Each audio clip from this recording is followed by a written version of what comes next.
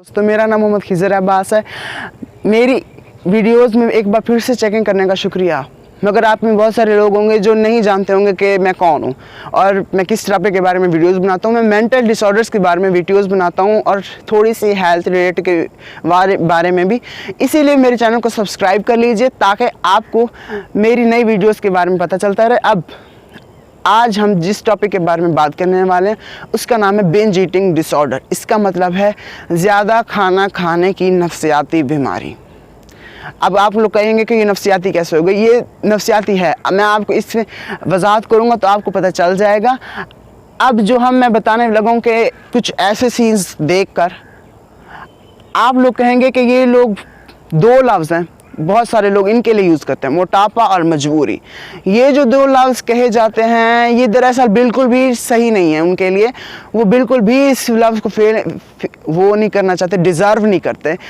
और इसके लिए उनके साथ बहुत सारी कंडीशंस भी हो सकती हैं।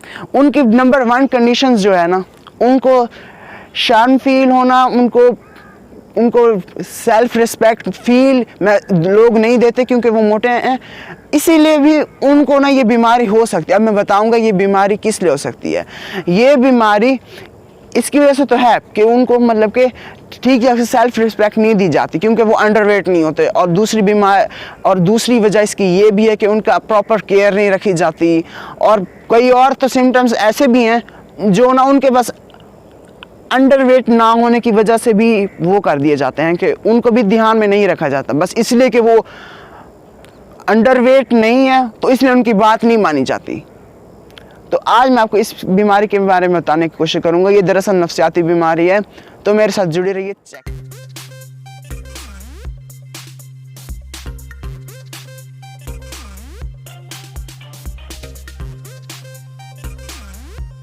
मुझे पता है कि ज़्यादा खाना खाना या फिर जिसे अल्टरनेटिवली मोटापा कहा जाता है उसकी बहुत सारी कुछ रीज़न्स भी हो सकती हैं। ये हमारे मेडिकल कंडीशंस पे भी डिपेंड कर सकता है कि हमारी मेडिकल कंडीशंस कैसी हैं।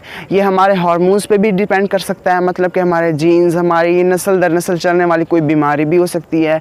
या फिर कुछ ऐसी दवाइयों मतलब कि अद्वियात जिसकी वजह से हमारा मेटाबॉलिज्म कुछ हद तक या कम्प्लीटली तौर पे ना बंद भी हो सकता है, उसकी वजह से भी ये हो सकता है। अब DSM जो कि डायग्नोस्टिक स्टैटिस्टिकल मैनुअल है, उसमें इस चीज़ के बहुत सारे क्राइटेरियाज और कंडीशंस हैं। और DSM में बिंज ईटिंग डिसऑर्डर मतलब ज़्यादा खाने वाले वही इंसान उसमें शुमार किए जाएंगे अगर उनके अंदर ये कुछ कंडीशंस होंगी। कंडीशन नंबर 1, इस कंडीशन में क्या होता है कि DSM कहती है कि एक इंसान का ज़्यादा खाना खाने के साबित होने के लिए उसको ज़्यादा खाना खाने के बहुत सारे वाक़यात पेश आएंगे।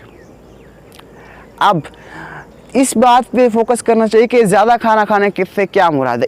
इसका मुताबिक इसे बिंज कहा जाता है ना, इसके मुराद ये है कि हम वो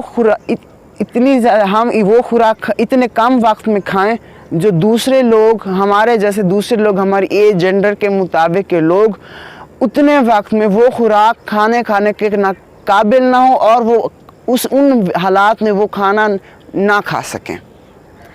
तो ये है कंडीशन नंबर 1।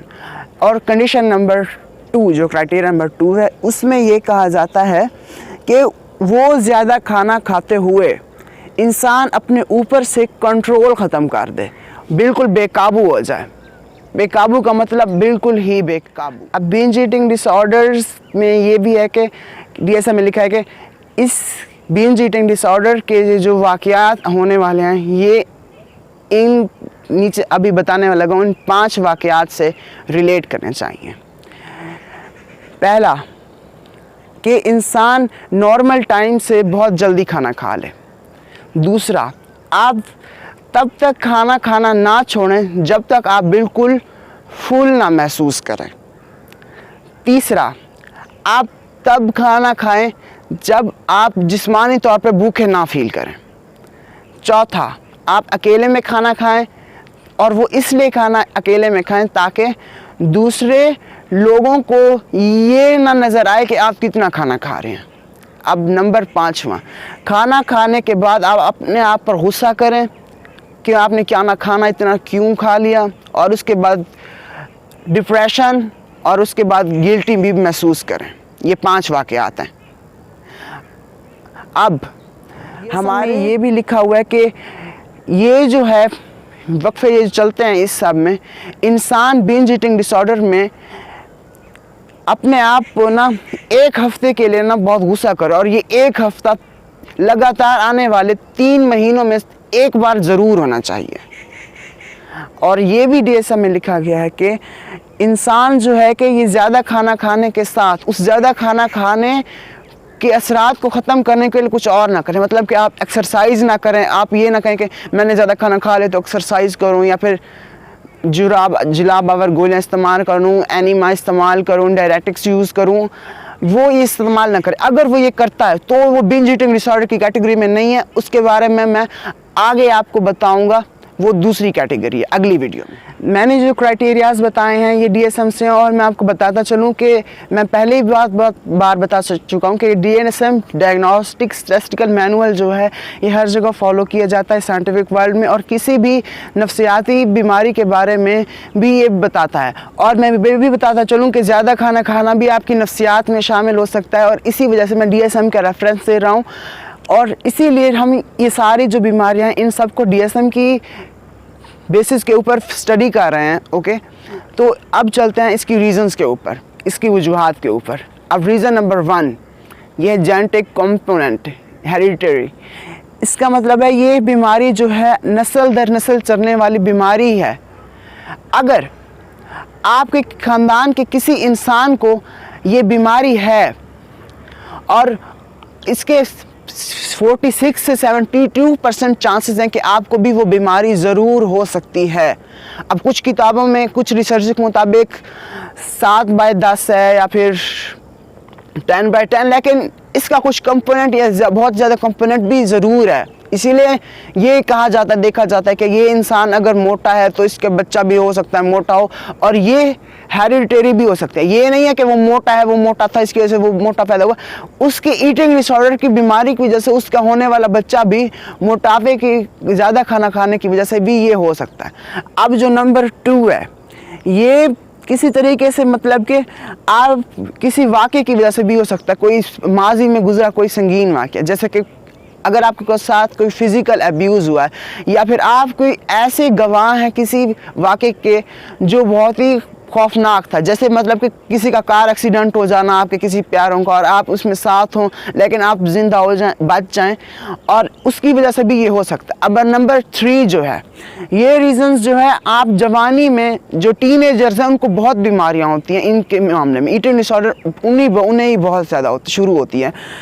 ये टीनेजर्स जो इस तरह की सोशल एक्टिविटीज़ में स्पोर्ट भाग लेना शुरू कर दें जो ज़्यादातर उनके फ़िज़िकल अपीयरेंस या बॉडी के ऊपर बेस करती हो, जैसे मतलब कि वॉलीबॉल या फिर क्रिकेट, जिम्नास्टिक्स ये वगैरह, इसके ऊपर डिपेंड करती है, तो उन्हें भी ईटिंग डिसऑर्डर की बीमारी हो सकती है। जितनी भी मैं टाइप्स बता रहा हूँ ना ईटिंग डिसऑर्डर्स की, ये जो बिंज ईटिंग डिसऑर्डर है इसकी वजूहात में, ईटिंग डिसऑर्डर्स का मैं बताता चलूँ कि ये बहुत बार इंसान हर ईटिंग डिसऑर्डर ये जो है ये इंसान के ना कोपिंग स्किल्स में आता है। मतलब कि इंसान किसी बुरे वाक़े से बचने के लिए, मैं बता रहा हूँ ये बिंज ईटिंग डिसऑर्डर के बारे में बताऊँगा, आपको पता चल जाएगा कि इंसान किस तरह से इसे कोपिंग स्किल के तौर पे यूज़ करता है। अब अगर किसी के साथ अब्यूज़ होता है और लोग उसे मतलब कि थोड़ा वो बुरा फील करते हैं और महसूस कराने की कोशिश करते हैं ना, तो उसकी वजह से वो ज़्यादा खाना खाना इसलिए भी शुरू हो सकता है कि वो चाहे